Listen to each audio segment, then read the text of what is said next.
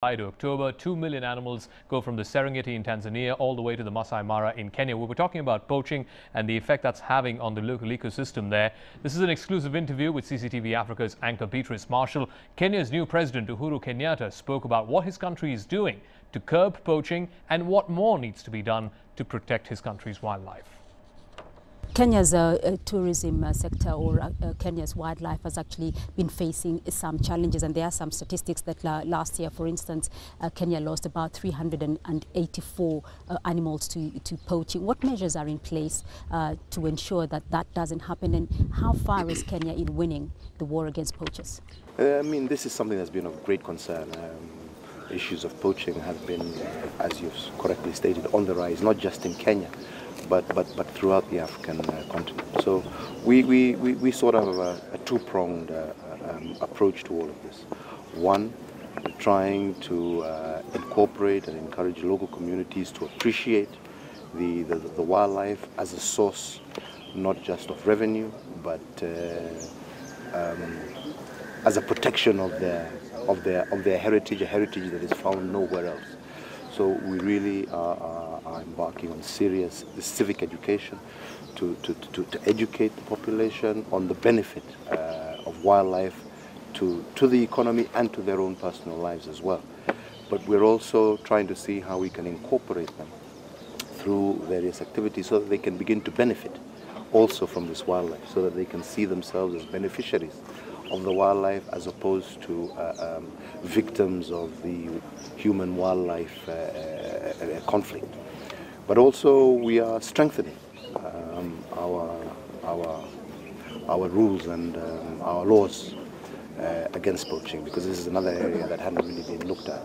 So we're increasing the fines, jail sentences for people caught poaching, as well as strengthening our own KWS, our border points as well, to ensure that very severe action is taken against those who engage in poaching, because this not only affects us and our economy today, but it also destroys the heritage that we are supposed to be the protectors of for future generations. So we are really seriously looking into this area, and I think, as you've seen of late, we're making major gains in terms of an increased number of people who are being arrested and trophies that are being recovered, you know, at the port and various other points of entry.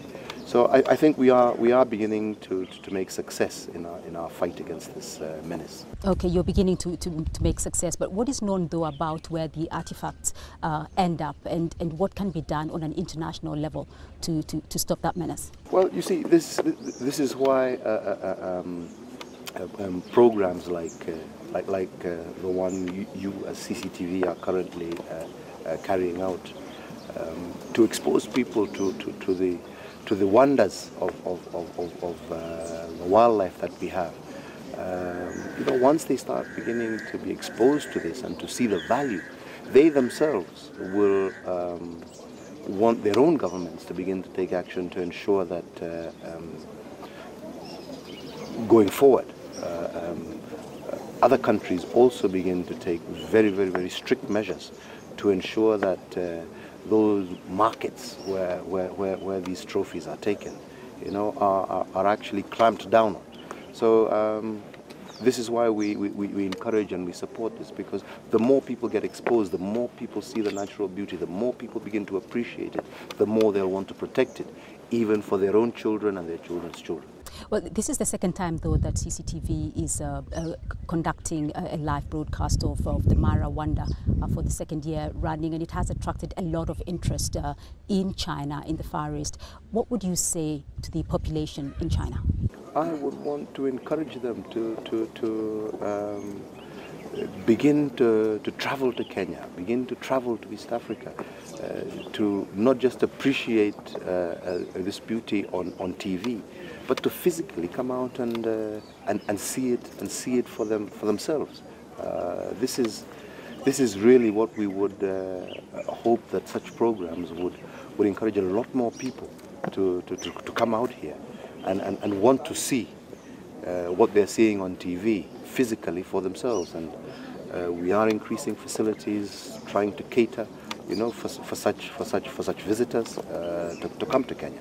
So we hope that as a result of programs like yourself, we will see an increase in the number of arrivals from China, but also from the rest of the world. That was the new president of Kenya, Uhuru Kenyatta, in an exclusive interview to CCTV Africa's Beatrice Marshall. Stay with us here on our special coverage. Eco Africa continues on the other side of this break.